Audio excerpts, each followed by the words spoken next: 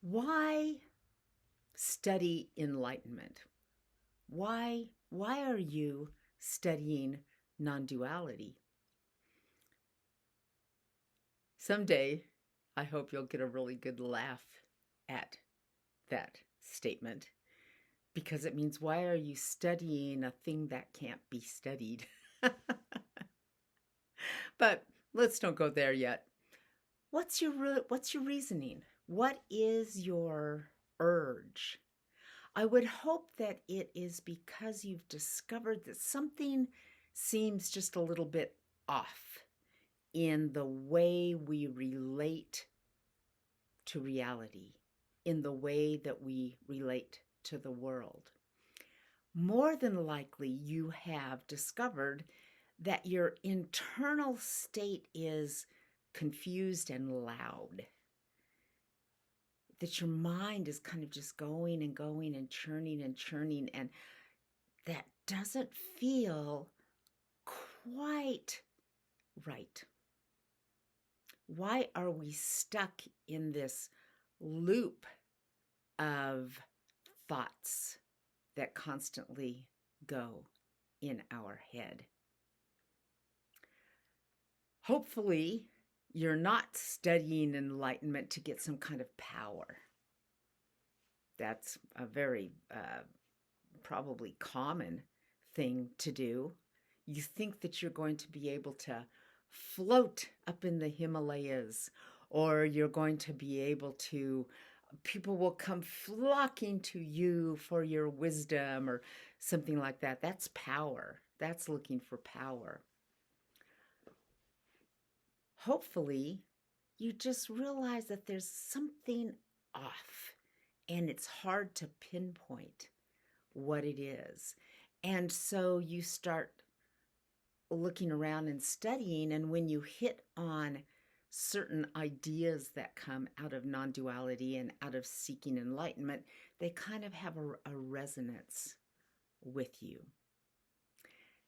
And if this is the case,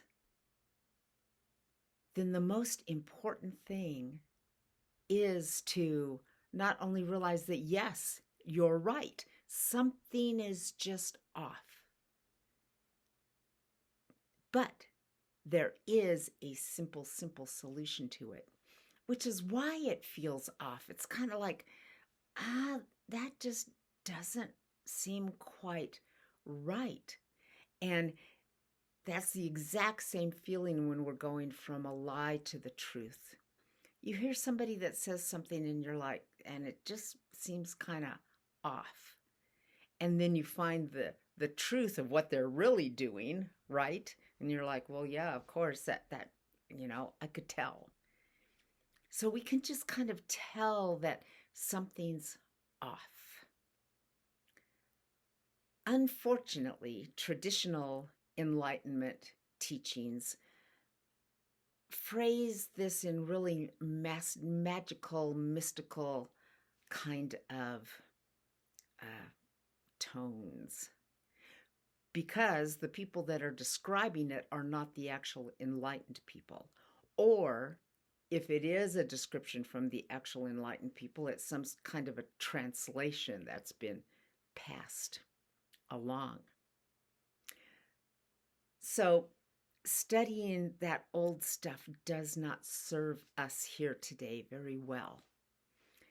There's also really a lot of stuff that might grab your attention because it's about creating your own reality or aligning your chakras or some sort of subtle power play. Get really good at noticing when you see those.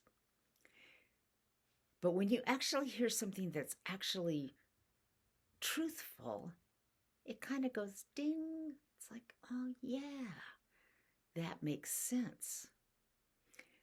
The reason for this is because the language that we all live with is not good at describing reality. It's not good at describing the connection of things.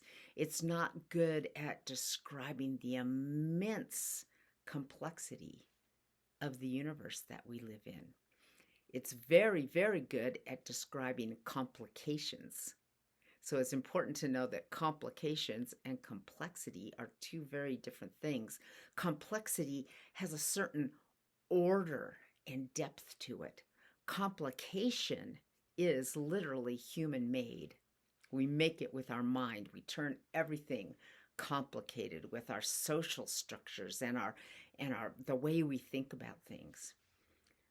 So pinpoint that little off feeling to the fact that the language that you've been taught cannot describe the nature of reality. I'm not absolutely certain there ever has been a language that can describe that, but I think there's a possibility that long ago we lived with um, language and community that was actually embedded in the complexity of reality, and we were able to just be there together. But that doesn't even matter because you and I are stuck in a world of English. We've been taught this language of division since the day we were born. And so much of it seems uh, benign, you know. You teach a little kid cat, dog, blue. You know, you're teaching them about things. And the things feel separate than us rather than teach children about the connection and the relationships between things. So it feels complicated, right? But it's actually very simple.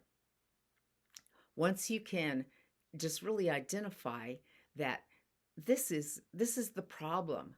The actual language that's running through our heads is more of a problem than the thoughts that are being composed by that language. Then you're like, oh, these sentences that run through my head are simply sentences. It's my attempt to put order into complication. But the thing that causes the complication is not going to solve the complication. It's going to make it just more and more complicated. That's why religious studies, spiritual studies seem so obscure. Because, I mean, you can just go anywhere with it. When what's a better idea is to just come down to the truth of things, which can be seen underneath language. So right there is the big trick, to realize that the vast majority of your consciousness doesn't use language to do anything. Your brain does not have to use English in order to make your heart beat. Your brain doesn't have to use English in order to make breath come in and out. You don't need English and sentences and grammar in order for your hair to grow, right? Almost, and all these things are guided by our complex brain system. And these days, neuroscientists are saying that brain cells are through our whole body. They're not just in our head. They can actually be grown. Like that's what happens when you play a musical instrument or you learn a sport or you learn any craft or anything like that, pottery, is that you actually teach the brain cells and the synapses that go from your hands through your body brain. You actually teach them to grow and hook together better. That's why you become more coordinated the more you try to do something. So it's this vast brain system, intelligence system that we have that does not need any kind of language at all. We can actually communicate with each other with no language. Have you ever been sitting there in a room and you look over at somebody and maybe it's your friend and you're like, I haven't seen you in a long time. And then you look back and they're like, oh, you look great. And you can actually communicate with people with no words at all.